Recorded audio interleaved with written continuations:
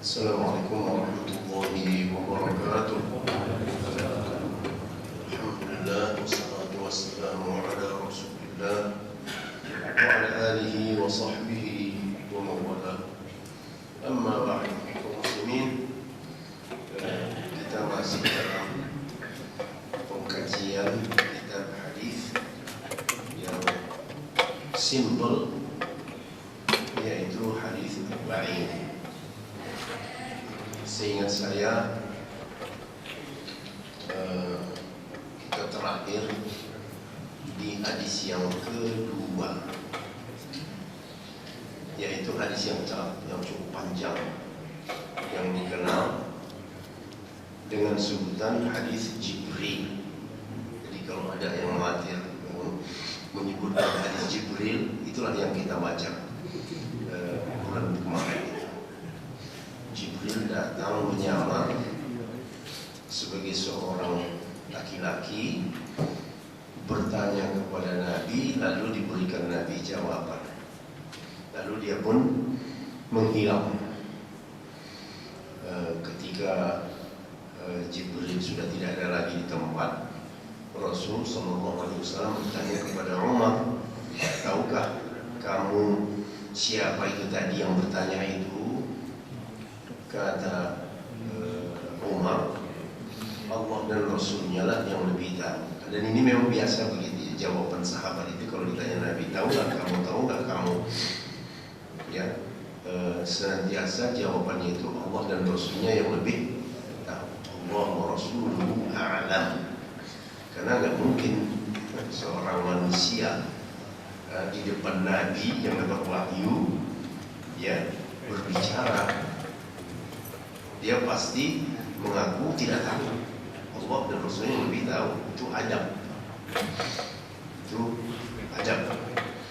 Allah wa Rasuluhu a'lam. Lalu kata Nabi, fa innahu Jibril. Baru kaget kalian. Dia tadi itu adalah Jibril. Atahum yu'allimukum dinakum. Dia datang kepada kamu untuk mengajari kamu tentang din kamu. Masya Allah. Itulah kemuliaan sahabat Allah. Ya, kemuliaan sahabat itu, mereka beragama itu dipandu oleh wahyu. Ya, kita siapa yang mandu kita? Kan nggak ada. Mereka hidup sehari-hari dipandu oleh wahyu. Ada yang salah, turun wahyu, nggak begitu. Ya, ada yang bingung bertanya, turun wahyu. Masya Allah. Itulah kemuliaan sahabat itu, yang tidak ada duanya dalam sejarah. Keseharian mereka dipandu oleh wahyu. Ya, karena Nabi ada di tengah-tengah mereka. Lalu ketika Rasulullah SAW wafat, wahyu otomatis putus. Dan itulah yang membuat mereka jadi sedih. Tidak ada kesedihan. Ya, karena Abu Bakar dan Umar berkunjung ke seorang ibu-ibu. Ya, ketika Rasulullah sudah wafat, ya, terjadi dialog. Ya, Nabi sudah wafat. Lalu di antara mereka, ya, berkunjung mengenang, begitu kan? Kata Abu Bakar dan Umar, apa yang membuatmu sedih wahai ibu? Padahal Rasulullah, ya, sudah dipilih Allah untuk, ya, hidup di sisinya. Oh, kata ibu itu, bukan itu yang kusedihkan. Aku tahu Rasulullah berada di tempat yang mulia, tetapi yang kusedihkan, wahyu tidak turun lagi. Maka sampai mereka menangis. Masya Allah. Karena merasakan hidup enak, indah, bahagia di bawah bimbingan wahyu. Kalau sudah wahyu turun, mana mungkin orang berbeda pendapat? Betul kan? Di zaman sekarang orang banyak beda pendapat, si A bilang begini, si B bilang karena ya, pertama wahyunya ada, tapi tingkat pemahaman orang terhadap wahyu itu tak sama. Tingkat pemahaman orang tidak sama. Ada yang ilmunya tinggi, ada yang rendah. Yang ilmunya rendah sok pandai, nggak mau mendengarkan orang yang lebih dalam ilmunya, ya terjadilah beda pendapat, mungkin debat dan seterusnya. Ya, di zaman Nabi begitu turun wahyu sudah tidak ada yang ngomong lagi. Ya, kalau kau beriman, dengarkan apa kata Allah, dengarkan apa kata Rasul, ikuti, selesai. Iya, jadi turunnya Jibril ini, masya Allah. Pertanyaan-pertanyaan yang diajukan oleh Jibril itu di antaranya tentang apa? Islam. Ini yang pertama, rukun Islam. Yang kedua, pertanyaannya tentang rukun iman. Nah, ini standar ini, ya standar. Apakah seorang dianggap Muslim atau tidak? Yaitu standar. Lalu pertanyaan berikutnya, ihsan. Naik dikit nih, ya naik dikit. Ihsan, apa itu ihsan? Engkau beribadah kepada Allah seolah-olah engkau melihatnya. Kalau kau tidak bisa melihatnya dan memang tidak bisa melihatnya, maka dia pasti melihatmu. Jadi kalau orang beribadah, dia merasakan Allah melihat dia, bagaimana Pak ibadahnya? Penuh dengan kekhusyuan. Ya. Lalu pertanyaan Jibril berikutnya tentang kiamat. Ya, kapan itu kiamat? Lalu Nabi mengatakan apa? Masih ingat Bapak? Yang ditanya tidak lebih tahu dari yang bertanya. Artinya apa itu? Kita dua-duanya nggak tahu itu kalau soal kiamat. Saya dan kamu dulunya nggak tahu. Ya memang tidak ada yang tahu kan kapan terjadi kiamat. Tanggal berapa, bulan berapa, tahun berapa. Hanya disebutkan harinya. Hari apa Pak? Jumat. Ada riwayat yang menyebutkan itu bahwa hewan-hewan itu Pak, kalau malam Jumat itu ketakutan. Ya, hewan itu ketakutan. Kambing, sapi, ayam, kalau malam Jumat ketakutan. Karena naluri mereka menyadari bahwa kiamat itu memang terjadi pada hari Jumat. Yang nggak takut siapa? Manusia dan jin. Ya, yang nggak takut. Hewan aja takut kalau sudah datang. Ya, hari Jumat. Lalu Jibril bertanya lagi, tanda-tandanya apa? Masih ingat kan? Antalidal amatu rabbataha. Budak hamba sahaya melahirkan tuannya. Ini ada dua tafsiran dari para ulama. Tafsiran pertama, ini realitas sosial dulu, di mana seorang yang merdeka seperti kita ini, ya orang merdeka mengawini budak, maka lahirlah anak. Kan gitu. Anak itu mengikut status ayahnya, bukan ibunya. Nah, ibunya statusnya hamba sahaya. Anak yang lahir dari dia merdeka, ikut ayahnya. Nah, jadi budak melahirkan tuannya. Begitu. Budak melahirkan tuannya. Kapan status si ibu yang budak hamba sahaya ini berubah? Kalau si suami meninggal. Kalau meninggal suaminya, otomatis dia menjadi statusnya merdeka. Tafsiran kedua, tanda-tanda kiamat tentang hadis ini, kata para ulama, kedurhakaan. Munculnya di akhir zaman anak-anak durhaka kepada orang tuanya. Kira-kira menurut pengamatan Bapak ini sudah terjadi nggak? Iya, sudah terjadi. Hilang rasa hormat. Ya, anak ya merasa lebih pintar dari orang tuanya. Gak usah berisik, ya, mak, gak usah berisik. Saya kan lebih tahu. Ya, itu fenomena kan? Bapak ibunya nggak tahu AI, anaknya tahu AI. Lalu diingatkan, kata anak apa? Saya nggak tahu itu, Bu, nggak usah ngomong lah. Ya, orang tua mana tahu teknologi, ya enggak?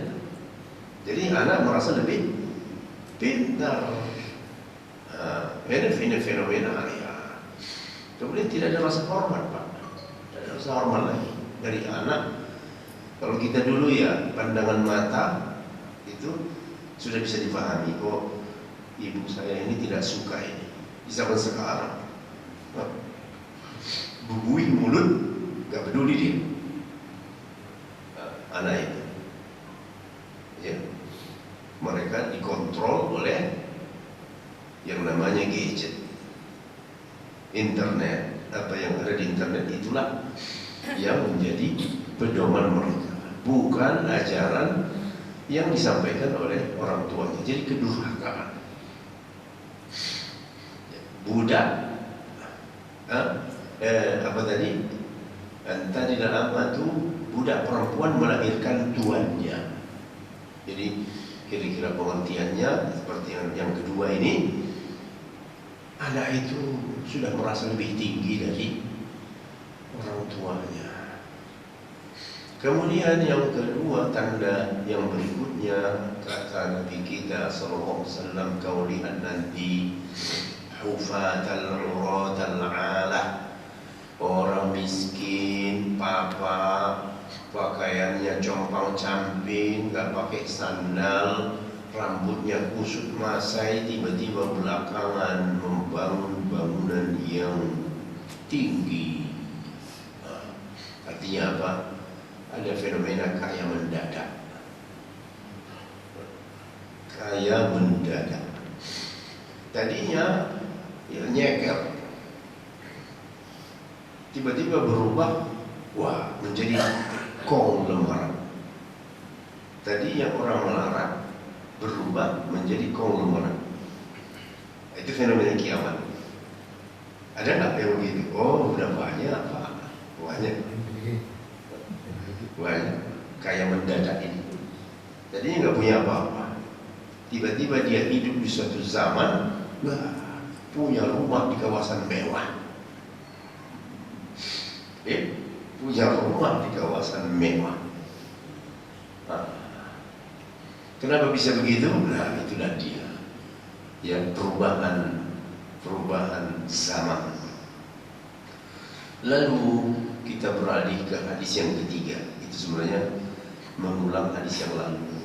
Hadis yang ketiga tidak jauh berbeda dengan hadis yang kedua. Bagian pertamanya, An Abi Abdurrahman Abdullah ibn Umar ibn al-Khattab radhiyallahu anhuma qala sami'tu Rasulullah sallallahu alaihi wasallam yaqul buniyal Islamu ala khamsin.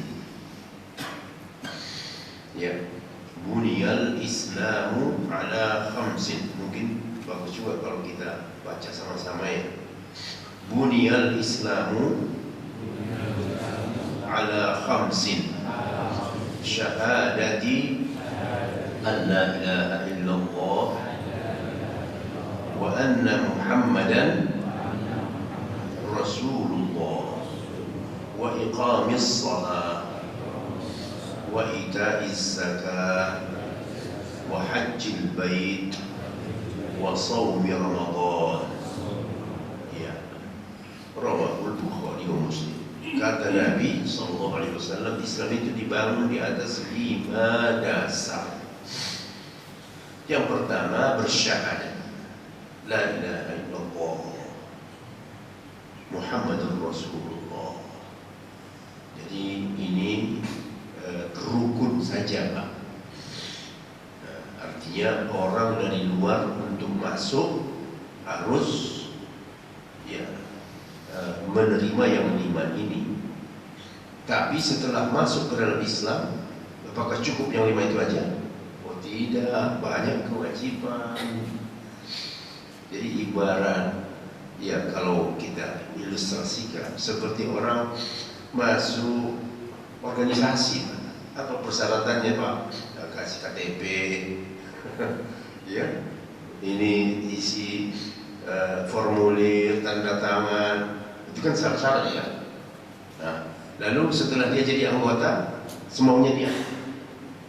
Wah nggak bisa semau dia, ada peraturan organisasi, ada kewajiban, ada iuran, ya, ada komitmen.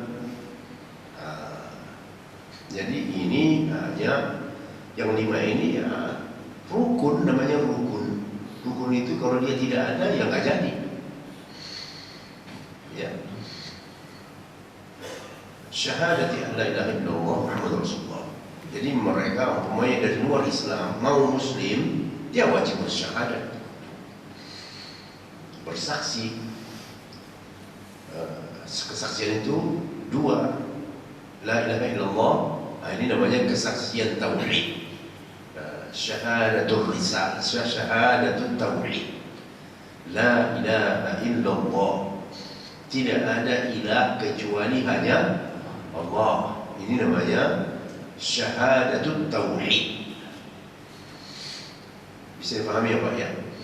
Kalau Muhammad Rasulullah itu syahadatul risalah, kesaksian akan kerasulan. Apakah bisa diterima keislaman seseorang? Oh, saya bersaksi tidak ada Tuhan kecuali Allah. Nah, terus ayo selanjutnya apa? Oh, sampai situ aja. Anggap saja umpamanya ada orang di luar Islam. Saya mau bersyahadat, silakan. Dia bersyahadat la ilaha illallah, selesai sampai di situ. Bisa diterima? Tidak diterima. Kamu harus bersaksi Muhammad adalah utusan Allah. Jadi antara syahadat tauhid dengan syahadatul risalah tidak bisa dipisah. Ya. Nah, la ilaha illallah kita kaji kata per kata. Dalam bahasa Arab, la itu nafiyatul jinsi, menafikan segala jenis. Ilaha al-manfi, yang dinafikan. Tidak ada ilah. Semua jenis ilah ditolak. Gitu. Ya, la ilaha. Tidak ada semua ilah. Jadi tidak diakui semua jenis ketuhanan. Apa saja? Penuhanan terhadap apa saja? Penuhanan terhadap patung, benda-benda, roh, sampai kepada apa lagi Pak? Harta. Kan ada juga kan menuhankan harta. Menuhankan jabatan, kedudukan, itu semuanya ditolak, tak diterima. Illa hanya satu-satunya. Ya, ini dalam bahasa Arab namanya isbat. Ya, isbat, penetapan. Hanya satu-satunya Allah, musbat, yang ditetapkan, satu-satunya yang diakui. Jadi semua ilah ditolak kecuali Allah. Dia satu-satunya ilah. Ilah yang lain itu semuanya harus dibuang. Masya Allah. Jadi inilah dahulu yang membuat orang-orang Quraisy itu ya tidak bisa menerima Islam, Bapak. Ya, kalau boleh digandengkan antara Allah dengan sesembahan yang lain, mereka mau masuk Islam. Ya, tetapi Islam tidak menerima, tidak ada semua jenis penuhanan tidak diterima. La ilaha. Satu-satunya yang diterima Allah, illallah. Jadi la nafiyatul lil jinsi, menafikan, menolak segala jenis. Ilaha al-manfi, yang ditolak, negasi, yang dinegasikan. Illa itsbat, penetapan. Allah musbat, bisa ya, satu-satunya yang ditetapkan. Jadi ibaratnya, saya tidak mau minum kecuali air putih, kan gitu. Kemudian saya tidak minum kecuali air putih. Biar dikasih susu pun gak akan diminum. Satu-satunya yang mau diminum itu air putih. Itu kira-kira gambarannya. La ilaha illallah. Oleh para ulama diterjemahkan la ma'buda bihaqqin illallah. Tidak ada yang berhak untuk disembah kecuali Allah. Itulah pengertian la ilaha illallah itu. Baik, sama-sama. La ma'buda bihaqqin illallah. Sekali lagi, la ma'buda bihaqqin illallah. Tidak ada yang berhak untuk disembah. Tidak ada yang berhak untuk disembah itu. Kamu menyembah benda, makhluk dan seterusnya, tak diterima. Illallah, kecuali hanya Allah.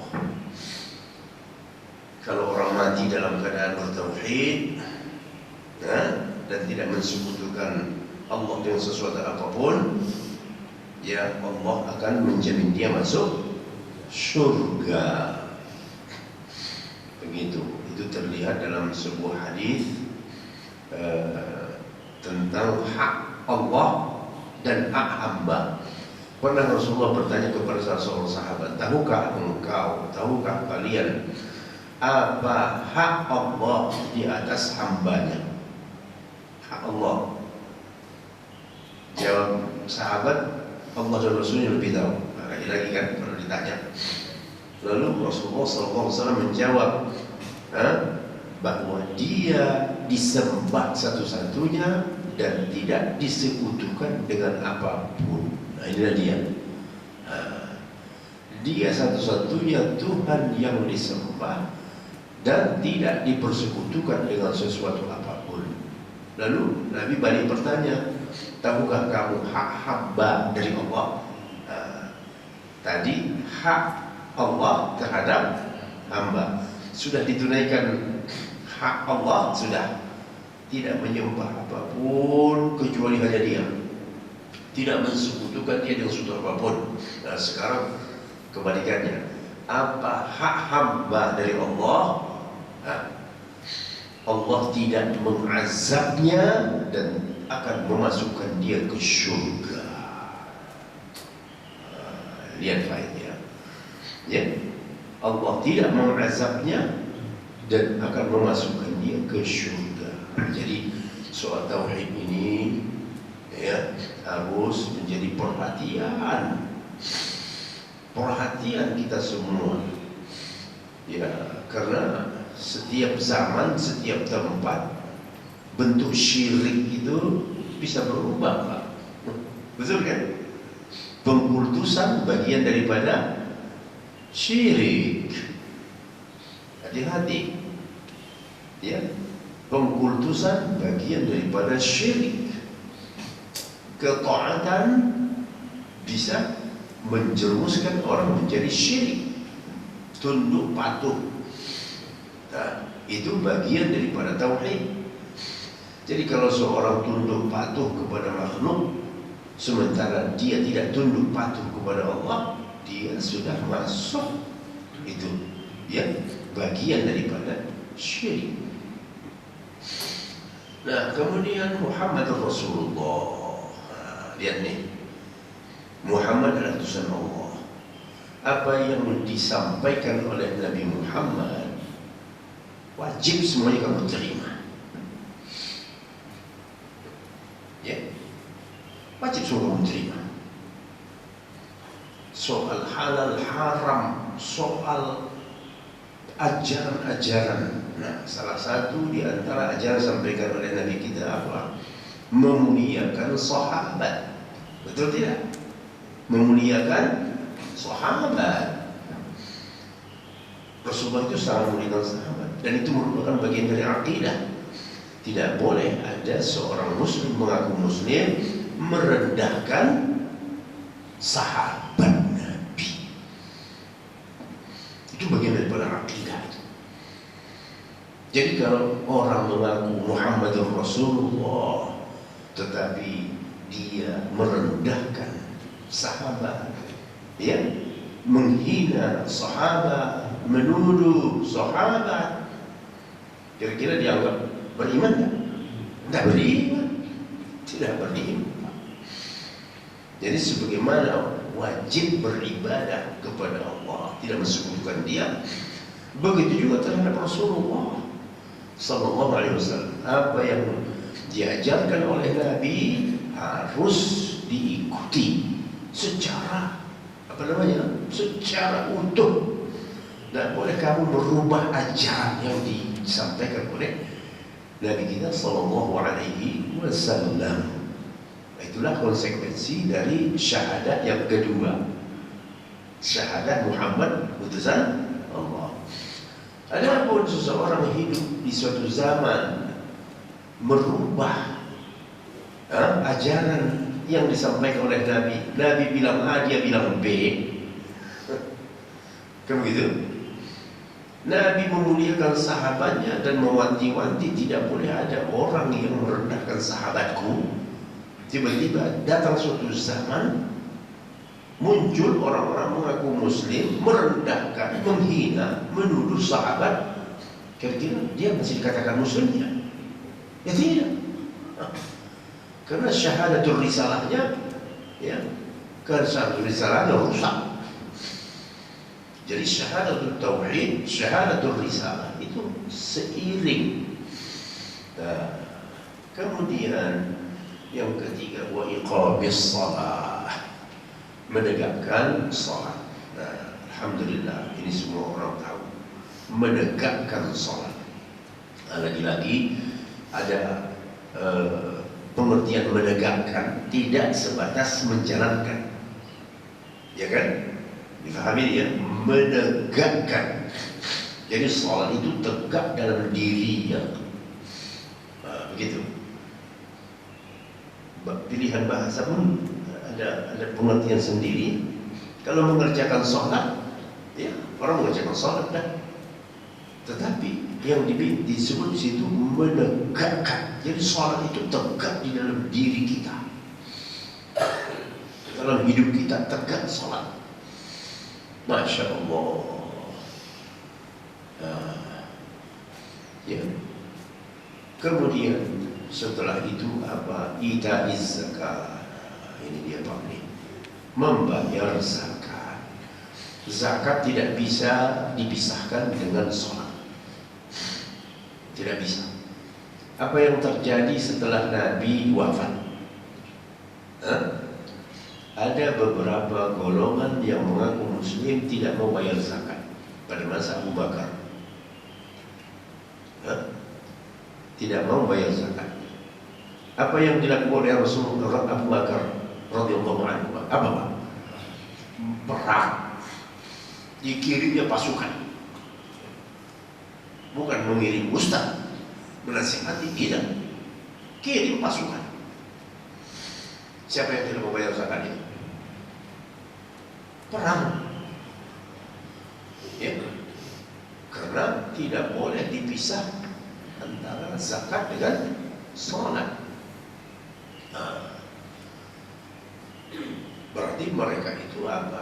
mengingkari zakat,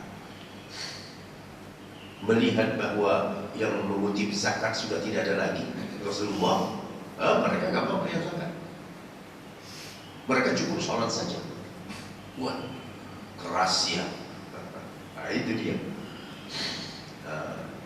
Jadi inilah juga yang perlu kita pahami, bahwa zakat harus dibayar. Dan dimaksud dengan zakat itu bukan zakat fitrah. Selama ini kan yang kita pahami, zakat bayar bulan Ramadan, itu zakat fitrah. Itu nggak ada seberapanya itu, Pak. 50.000 selesai. Yang dimaksud dengan zakat itu adalah zakat harta. Ya, kamu punya bisnis A, B, C, D. Ya, di sana ada pertanian, lahan pertanian. Di sana kamu ada punya kontrakan. Di sana banyak dagangnya. Tetapi yang dikeluarkannya cuma zakat fitrah. Dianggapnya saya sudah berzakat. Oh tidak. Kalau hidup Abu Bakar, kamu dikirimnya pasukan untuk memerangi. Sampai begitu. Iya. Jadi setiap orang, khususnya yang memiliki kelebihan, ya, memiliki kelebihan. Baik. Jadi antara zakat, di zaman sekarang ada zakat, ada pajak. Di dalam Islam hanya ada zakat. Ya. Di dalam Islam hanya ada zakat. Kalau ada pungutan keluar zakat, itu terserah kamu. Itu tidak mengurangi zakat. Oh, saya kan sudah bayar pajak, besar lagi. Masa saya disuruh bayar zakat lagi? Tidak ada hubungannya. Yang wajib di hadapan Allah zakatnya. Yang lain itu di hadapan Allah tidak ditanya. Paham ya? Yang ditanya di hadapan Allah adalah zakat. Kalau kamu tidak bayar zakat, tunggu saja. Digosokkan nanti itu hartamu itu dalam bentuk api, ke punggungmu, ke jidatmu. Ya Allah, disetrikain Pak, dibuat jadi setrika panas. Ya, hartamu itu, bisnismu itu. Nah, pungutan di luar zakat itu urusan dunia. Itu urusan kamu. Nah, ya. Jadi ini yang harus difahami. Jangan sampai kita berpikir, wah saya kan sudah bayar pajak begitu besar, saya bayar. Ya masa saya suruh bayar saja, 2 kali kena dong. Urusan pajak itu urusan duniamu. Kamu nanti dari akhirat tidak ditanya soal itu. Yang ditanya kamu dari akhirat soal zakat hartamu. Nah, bisa dipahami ya Pak ya? Baik, kan ada dalam Al-Quran ancaman walladzina yaknizuna adh-dhahaba wal fiddah wa la yunfiqunaha fi sabilillah. Mereka yang menyimpan emas dan perak dan tidak menginfakkannya di jalan Allah, tunggu saja, yauma yuhma 'alaiha fi nari jahannam, pada hari di mana digosokkan hartanya itu. Kemana ya? Pundaknya, punggungnya, wajahnya dalam bentuk api digosok. Dan filosofi kita yang namanya zakat itu akan menumbuhkan apa? Harta. Akan menumbuhkan harta. Itu harus dibangun. Baik, kemudian berikutnya wahajjil bait. Yang terakhir wasawmi Ramadan. Jadi soal urutan ini nggak persoalan Pak ya. Biasanya kita kan haji itu kan terakhir, betul nggak? Di sini justru 1, 2, 3, dia yang keempat. Yang terakhir somo Ramadan. Nah, di yang lain haji dan urutan yang terakhir itu tidak persoalan. Itu hanya beda riwayat saja. Hajjul bait, haji ke Baitullah, wajibnya berapa kali Pak? Sekali seumur hidup. Lihat ya, yang wajib sekali seumur hidup, lebih dari sekali namanya apa? Sunnah. Lihat perbandingan, seseorang mampu haji untuk 2 kali, 3 kali, 4 kali, 10 kali. Dia butuh biaya untuk haji, iya. Sementara di sekitar dia orang membutuhkan bantuan, dana, modal usaha. Ini kan perlu ada pertimbangan kan? Ada pertimbangan. Dan Islam itu ada yang namanya aulawiyat. Mana yang lebih aula? Prioritas. Orang lapar, memberi makan orang lapar, bagaimana Pak? Amal soleh itu, amal soleh yang luar biasa. Membiayai orang berobat, ya, sakitnya itu tidak di cover sama apa?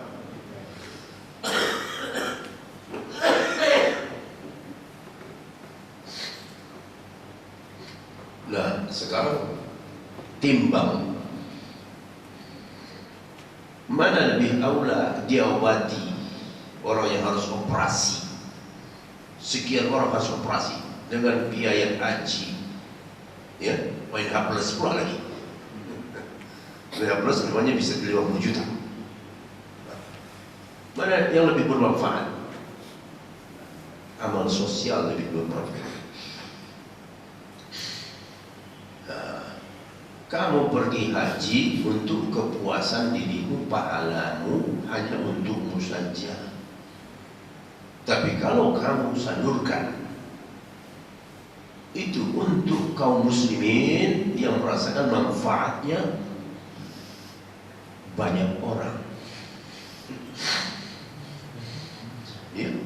Nah, inilah yang namanya prioritas. Nah, di dalam Islam juga ada yang namanya aulawiyah. Aulawiyah itu prioritas.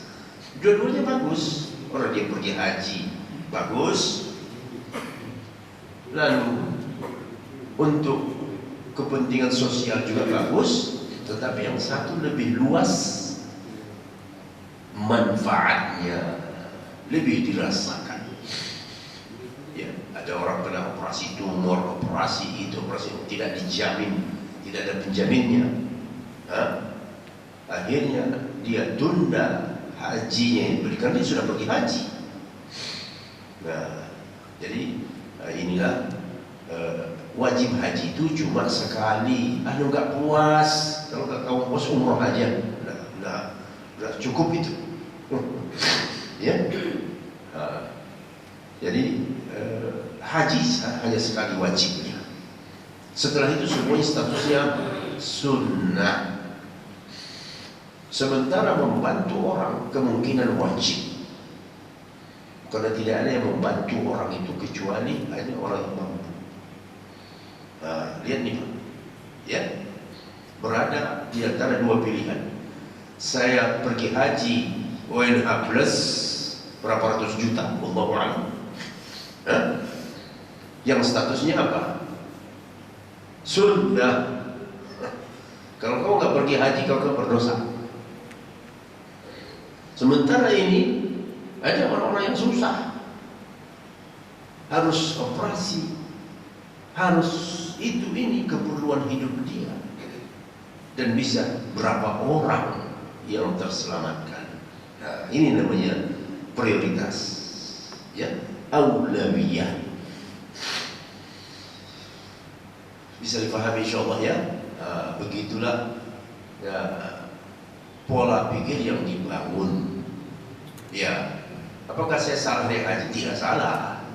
Tetapi ada yang lebih hebat dari hajimu itu.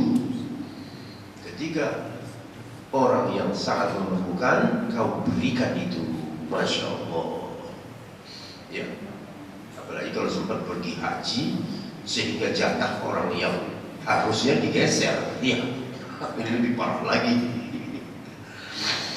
Itu jatah orang-orang yang ngantri sekian puluh tahun kamu sikat.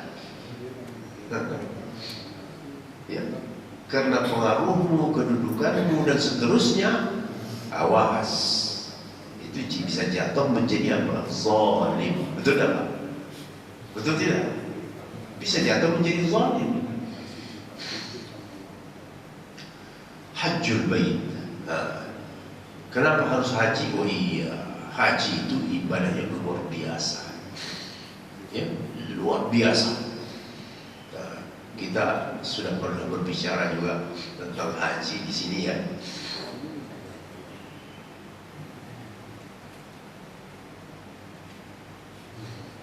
Haji itu kalau kita perhatikan ibadahnya, ibadah yang menanamkan tauhid. Kenapa dikatakan begitu, Pak? Mulai dari sosok. Siapa sosok yang paling menonjol dalam ibadah haji? Ibrahim. Tahukah kita siapa Ibrahim itu? Wah, Masya Allah, Nabi yang pasang badan untuk perang melawan syirik. Masuk Al-Quran, Pak. Ya, di dalam Al-Quran diabadikan. Coba tuh, bagaimana dia bertarung dengan rezim di zamannya.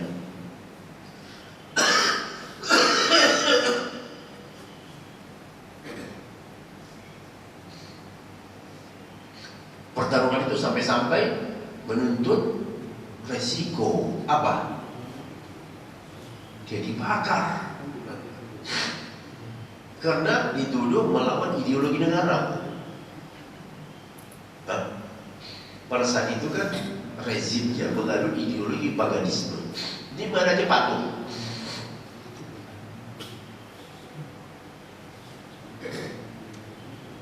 Di mana aja patung. Di setiap sudut patung. Lalu Ibrahim mengatakan, ada apa-apaan nih? Kamu kok betah sekali dengan patung? Ini dalam Al-Quran nih. Ya. Sesungguhnya kamu ini orang sesat.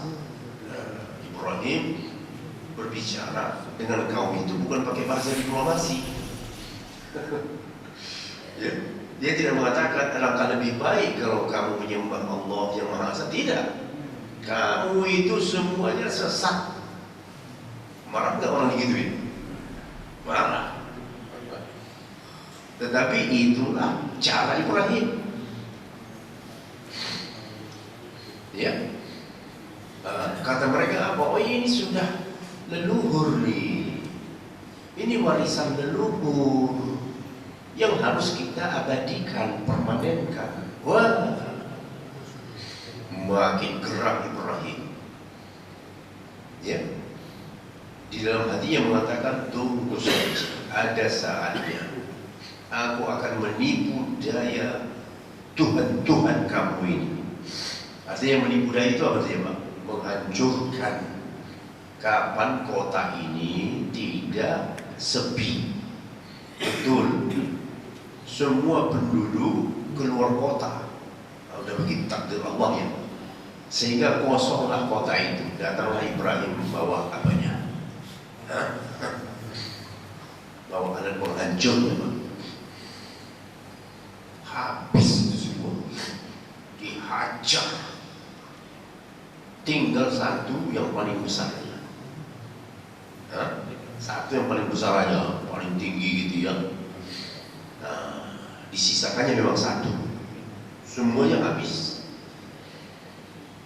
Lalu tiba waktunya mereka pulang dari luar kota. Dilihat berantakan. Nah, siapa memfa'ala hadza bi alihatina? Siapa yang melakukan ini radikal ini? Ini teroris ini karena rezimnya pada saat itu. Siapa menghancurkan? Oh, kabarnya ada seorang pemuda Yukufatan. pemuda yuqalu lahu Ibrahim, yang dipanggil namanya itu Ibrahim, karena yang selama ini cerewet itu dia. Gitu ya. Jadi ada historinya, yang selama ini suka ribut dengan patung-patung ini dia. Ada kemungkinan dia ini panggil lah, dipanggil betul sama si raja. Betulkah engkau wahai Ibrahim yang melakukan semua ini terhadap Tuhan-Tuhan kami? Jawab Ibrahim singkat saja, tanya aja itu yang paling besar. Jawaban yang mematikan kan? Yang mematikan. Itu memang salah satu jago Ibrahim itu. Ucapannya nggak bisa dibantah. Jawabannya itu membuat orang mati. Lidah itu keluh. Itulah keahlian Ibrahim itu. Tanya aja itu. Ya, kira-kira bahasa kita ya. Kan di sebelah dia. Patung yang hancur ini kan sebelah dia paling atas. Harusnya dia bisa mengayomi, betul kan? Harusnya dia mengayomi. Oh jangan hancurkan, itu kan anak saya. Habis. Lah, kamu suruh kami bertanya, padahal kamu tahu dia nggak bisa ngomong. Lah, makin hebat lagi jawabannya. Nah, kalau kamu tahu dia tidak bisa menjawab, kenapa kamu sembah? Habislah ya. Selesai itu. Nah, yang namanya orang yang megang kekuasaan nggak ada kata kalah ya, nggak ada kata kalah. Kalah dalam berargumentasi, udah yang berbicara adalah kekuasaan. Kumpulkan kayu bakar, seluruh negeri bakar dia. Dan kayu dikumpulkan itu bukan 3 pohon, Pak. Seluruh kayu. Ya dengan harapan, ya Ibrahim itu nggak ada kelihatan lagi. Mungkin kukunya pun nggak ada kelihatan lagi itu. Begitu sudah dibakar ini kayu, lemparkanlah dia ke situ. Masya Allah. Tetapi Allah yang maha berkuasa. Qulna ya naru kuni bardan. Wahai api, jadilah engkau bardan, dingin. Lah, api sifatnya membakar, panas. Disuruh menjadi dingin. Jadi merubah 150 derajat kan? Sifat api membakar berubah menjadi mendinginkan. Coba itu semuanya terjadi karena yang menyuruh api menjadi dingin Tuhan yang menciptakan api. Wassalamun ala Ibrahim, keselamatan. Jadi habis api padam, Ibrahim kedinginan. Makin geram tidak? Makin geram tidak? Ya pasti makin geram. Nah, ketika orang haji, dia lihat Ka'bah. Yang terbaik dia apa? Yang membangun fondasi Ka'bah ini adalah Ibrahim. Yang Ibrahim itu anti syirik. Apa yang tertanam? Wah, begitu kan?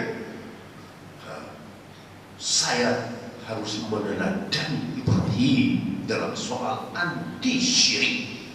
Jadi tidak lagi namanya jimat-jimat, ya, tidak ada lagi namanya mantra-mantra, tidak ada lagi namanya ya jin, setan, roh-roh halus. Oh, udah nggak ada lagi itu. Ya, karena itu semuanya perbuatan apa? Syirik. Gitu kalau orang pergi haji. Tetapi kalau ini hilang dari hilang dari ingatan, pulang haji berdukun lagi. Ya. Jadi syirik lagi. Nah, mengkultuskan lagi. Jadi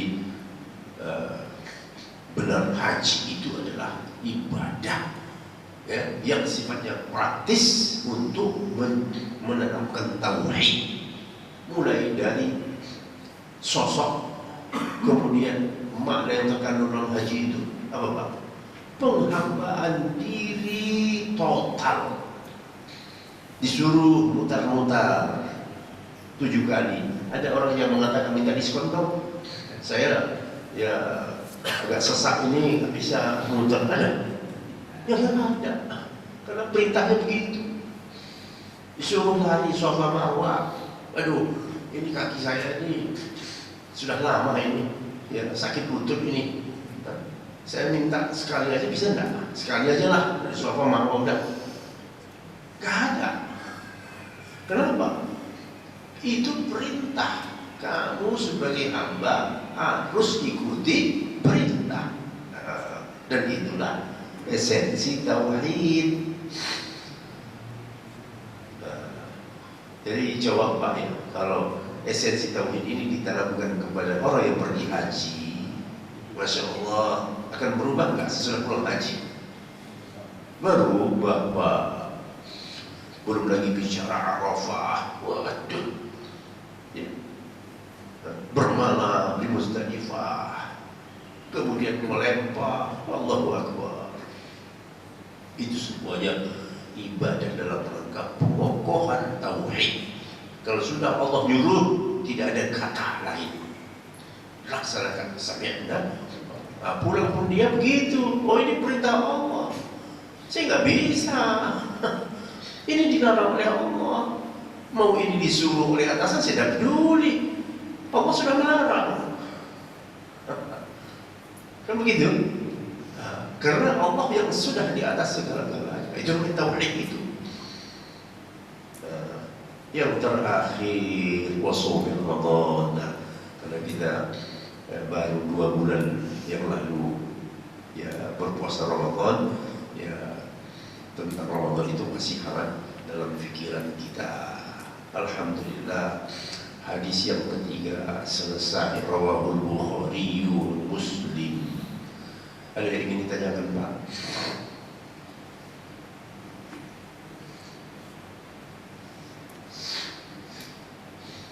Silakan Pak, silakan. Assalamualaikum warahmatullahi wabarakatuh. Assalamualaikum warahmatullahi wabarakatuh.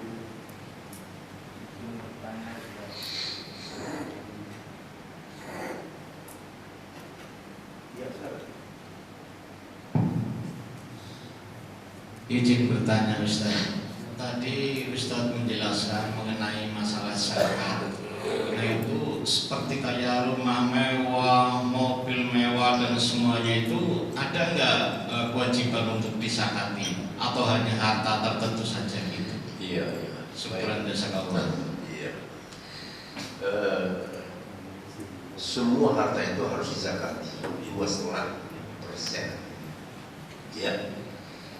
Semua jenis harta, emas, perak, dan harta-harta lainnya, ya tentu nanti ada penjelasan secara fikih.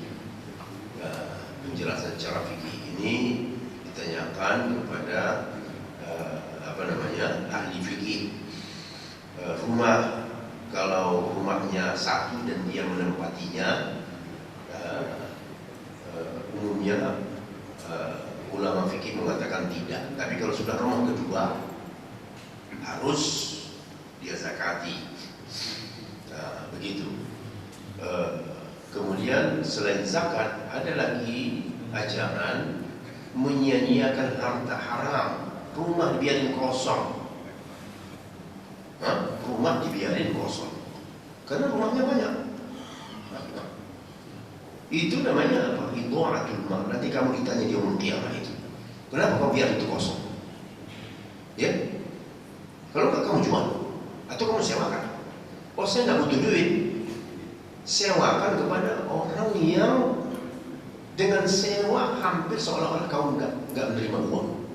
Kau dapat pahala dari dia. Dia butuh tempat tinggal. Nah, Ada pun kau biarin daripada sewa nanti ya begini begitu, kau biarin rumah kosong, ya lampu pun mati berbulan-bulan, gak ada yang tinggal di situ. Awas kamu nanti di hari kiamat, ya kamu tidak bayar juga zakatnya, itu nanti digosokkan ke punggungmu, ke dahimu. Jadi soal harta ini semuanya ada aturan. Kalau tidak dimanfaatkan, tidak dipakai, fungsikan, difungsikan. Nggak mau dijual, sewakan. Atau saya tidak butuh uang, suruh orang tinggal di situ, orang yang memerlukan tempat tinggal. Dia terima dari uang umpamanya uang listrik saja, karena kamu nggak butuh duit. Ya. Lalu rumah itu berfungsi. Ya, kamu anggap itu sebagai infak sedekah. Ya, yang bisa membelamu nanti di yaumul qiyamah. Jadi sedekah itu banyak, Pak. Tidak sedekah itu hanya butuh uang, jasa juga sedekah. Itu dia tadi. Saya punya rumah lebih dari satu. Saya juga nggak perlu, anak saya sudah punya rumah sendiri. Ya, sedekah. Silakan, persilakan orang tinggal di situ yang memerlukan. Ya, kamu bayar listrik saja, bersih-bersih. Ya, itu sebagai sedekah saya. Itu bagian daripada sedekah. Ada pun kau biarkan begitu, ya, belakangan runtuh, rusak rumah, ya, kamu akan ditanya nanti di yaumul qiyamah. Pertanyaan yaumul qiyamah itu seram, Pak. Seram. Kalau bisa jangan memperbanyak pertanyaan Anda. Ya, jangan memperbanyak pertanyaan, justru mengurangi pertanyaan. Kurangi pertanyaan. Ya. Jadi israf artinya israf itu berlebihan. Harta itu nanti kan poin pertanyaannya dua, dari mana dan untuk apa. Dari mana? Alhamdulillah halal, karena dia berbisnis, duitnya 1 miliar per bulan hasilnya. Lalu kemana? Wafima anfaqa, ini kamu taruh itu rumah itu kosong, justru yang meninggalnya cuma pembantu. Enak pembantu itu di situ. Ya, dia makan tidur, tinggal pilih kamar. Yang punya rumah nggak pernah datang. Ya, kenapa kamu tidak infakkan, sedekahkan pemakaiannya, ya, supaya digunakan oleh orang yang memerlukan. Kepemilikan masih tetap milikmu.